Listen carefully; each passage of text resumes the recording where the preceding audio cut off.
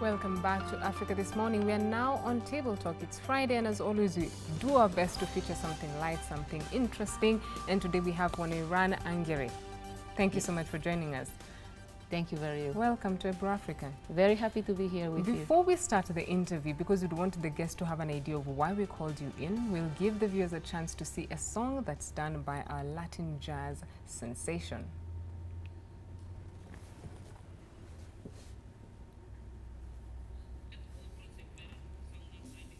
We'll prepare that song a little bit later. And of course, Wanayran is also going to be performing a song for us later on in the interview. We'll proceed on. Let's start with a history of your jazz music so that we can better understand why you got into jazz, how you found your voice in jazz music, because that's an avenue that not so many people have explored, and especially here in Kenya.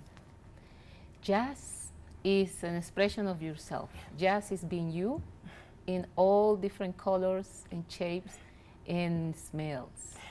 So I decided to go into jazz in 1993 because coming from a Latin American background and doing Latin American traditional songs and also exploring a little bit of traditional sounds of the world, I found jazz exciting. Before we play the track, we'd want to get an idea from you. The moment you said you found yourself in the jazz arena, what exactly did you connect with when it comes to the jazz genre? Latin jazz. And I will say about jazz, Carlos Jobim, talking about bossa novas. There was a whole movement. The Garota de Ipanema, the girl from Ipanema.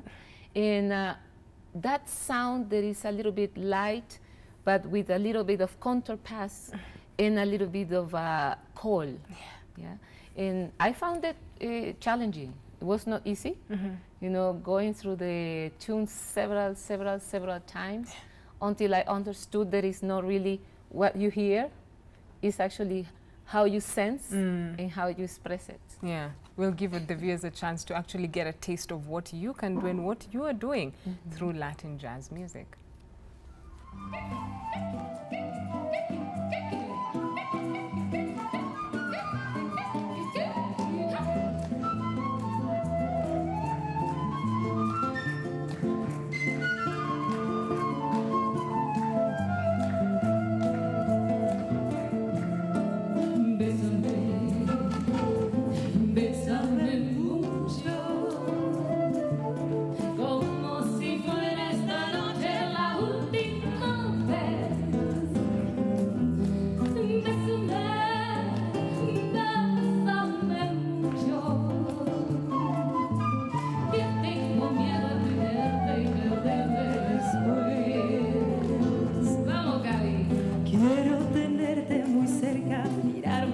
Ojos verte junto a mí. Piensa que tal vez mañana estaré muy lejos de ti.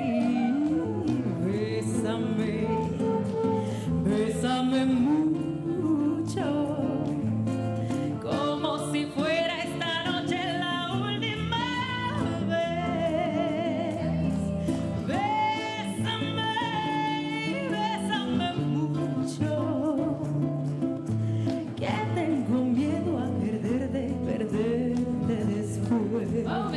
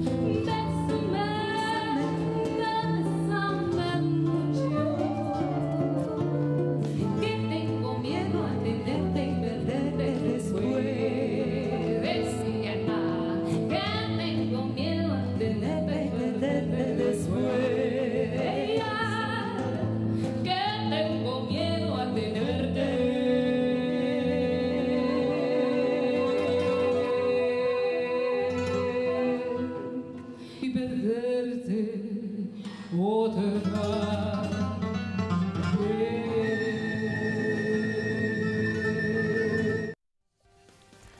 Wanayran, maybe you can share with us what exactly that function was about. You can share with us the background of the music, Bésame Mucho, how you picked the song. Yeah, Bésame Mucho is a song from Chelo Velázquez, he's a Mexican composer. And why Bésame Mucho? Because it's a universal song now. Who doesn't know Bésame Mucho in the world? Everybody. In non-speaking Spanish, or people who speak Spanish, or Indian speakers, or English speakers, French speakers, we all say Bésame Mucho. Kiss me, kiss me, kiss me, until you get very tired of it. That is not going to happen, actually. I know, it's never happened. Maybe you can share with us what the focus of the conference was, or even that particular concert. Yes, this particular concert was an event put together for the International Women's Day in Panama in 2013. We wanted also to raise funds for women's victims of violence, and I managed to organize 60 performers for that event, starting from street performers, rap, hip-hop, breakdance, and moving into the theater to an exhibition of plastic arts, photograph, paintings, and having a little hall with handcraft actually presenting this kind of work. This is made for the indigenous in Panama. And then moving into the main stage for the performing arts, where we had poetry, we had dance, we had music, and we have also the love of all the audience sitting there with us, celebrating women. And connecting with your vision. At what point did you discover that celebrating women, championing for women's rights, campaigning to empower women is the vehicle upon which you will ride to get your vision out? At what point did you get that women's issues are going to be your focus? Yeah, 30 years ago, coming from an Afro-descendant community called Garifunas, where I come from, where it's a matriarchal society. Women are the ones who lead the community. I have been taught since I was little, the mother who is breastfeeding with knowledge is going to have a more powerful children. And it doesn't matter if they are male or female. And I started through my work as an intercultural learning expertise because I work with AFS intercultural exchange programs from 1987 till 1997. Teaching what the roots of your community are the ones who allow you to have branches who will take you to the world. You know, and learning that a wing has one side and another side, two wings who are a male and a female, you can fly higher.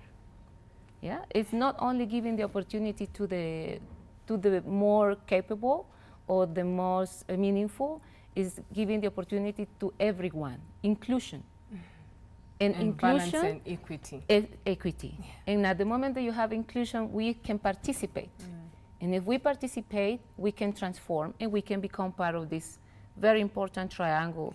Just recently at the launch of our event, one of the journalists asked me, why is it so important for you to talk about women? And I said, because we are part of this spiritual base that comes connected with knowledge, education, and then we can serve the community. Do you feel that, one, we have betrayed our purpose as a people? Because right now women's rights are getting, they're receiving a very hard hit in different countries. Even maybe you can share from your homeland. Is it the same? Do we still respect women, and why is it that we've lost that cause? And how will you bring that back through your initiatives, or how are you intending to? I have the feeling that it's been almost 30 years working on women's rights advocacy and activities and also events. I have an organization called Women's in Art in Honduras that has been running for 20 years. And that's the message we deliver. Recuperate spaces from the society through the assistance of the government and the private sector and other segments of the society in order to make our presence be validated. If we don't start acting, like we say, women's talk, this is what the majority knows, but what they actually don't acknowledge is that we act. We do make changes. And it's going to be a hit always on us, because we are those ones who are transferring information. And it's always the one who is transferring information, the one's going to be attacked hardly. You can be a very powerful man in working silently or be working very loud, but because of the society image of that man, is not going to be judged, or it's not going to be put into the line of attack. Yeah. But females, due to our perception and also all the misconceptions, we're supposed to be the ones in this archetypical world be all the time bombarded. But that makes us stronger, you know, because every year we come with younger and stronger generation of women that we are mentoring. We were mentored by very powerful women, and now our generation is mentoring this new generation who is looking at us silently and also a little bit suspicious sometimes, but they are there, keeping an eye on what we are doing. Yeah. Why is art the best vehicle to pushing the agenda? Because you've journeyed with it for the longest time. Art doesn't have boundaries, and we are all pieces of art. We have to transform each one of us the best way we can. So the results of the sculpture is on our hands. Yeah, we all the time are trying to find out which part of the figure goes better, you know, and which and part how do we garnish it to look better? Yeah, exactly. Yeah, and the more we explore with our hands, with our senses, with the beauty that is contemplation, the stronger we become, because that doesn't have a price. We're not talking about things that can be bought with money. We're talking about things that are talents. and priceless. They're priceless. The woman's soul, they say, is deeper than well, and it would be impossible to find out about her even if you knew her for years and years. How are you working with women who've gone through tough experiences, who are seeking to revive their identity, especially through your initiative, so that they can bring back the timeless look, the timeless being that they lost through maybe gender-based violations, maybe the fact that they were born in very tough circumstances and they're going through tough situations? Yeah, that's a good question, Barry, because it's one of my biggest motivations. That's my passion. I do music and dance therapy. I do mentor women around the world, not mentoring as an intellectual conversation. Is this one-to-one talk like we're doing now, when I can see your soul and you can see mine, and I can see the beauty on you and you can see it on me. Why? At the moment that you start dancing and moving and feeling, you know, this connection like the sea, is when you start looking at the elements, the water, the fire, the soil. You walk and your feet are grounded on the floor. It's the soil. Those are your ancestors. This is where you're coming from. And again, you start rising up, into a higher position in your body. Your spine gets straight, you know, and your chest gets high and open. Your voice gets clear and powerful. And then you can actually raise your hands, you know, when you're dancing. And you can reach everything, you know, from this moment that you go from here up to the sky. So through dance, they're able to find themselves. And they do it in a very simple way, because you have a connection between the body talk, your mind talk, and your soul. Usually we are disconnected. We have an idea that what the people out there is saying is what we are. No, this is what I always say, that we are a piece of art in progress, because we're going to keep transforming ourselves. It's never going to be the same burial. The burial that was here a few seconds ago is not the same I have in front of me now. And this is what we do, you know, getting your voice to go out to the world. It's like I say to you with my body now, I'm saying it, go to the world, express it, Create change. Create changes. Make a big smile, you know, that smiling is a way that you can release endorphins. It's a way that you can get power into your connection with this world around. Yeah? And this is what music and dance therapy does to these women who has been victims of violence, who has been coming from irregular or critical situations. And they say, I have this physical body. I'm still here. I'm here. And from here, I can go forward. I am somebody. You know, you're not an object that is being put on the table like this glass with full of water. Or to be pushed. Yeah. Yeah.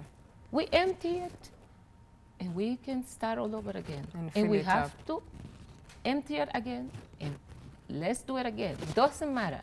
Mentors come in so many shapes and forms. They can be your enemy, they can be your best friend, they can be your mother, they can be your school teacher. So don't lose any opportunity. This is what I say through the therapy. Find a message in every circumstance you're living in. Yeah. So it can be changed regardless of where someone has come from. Yeah, it can.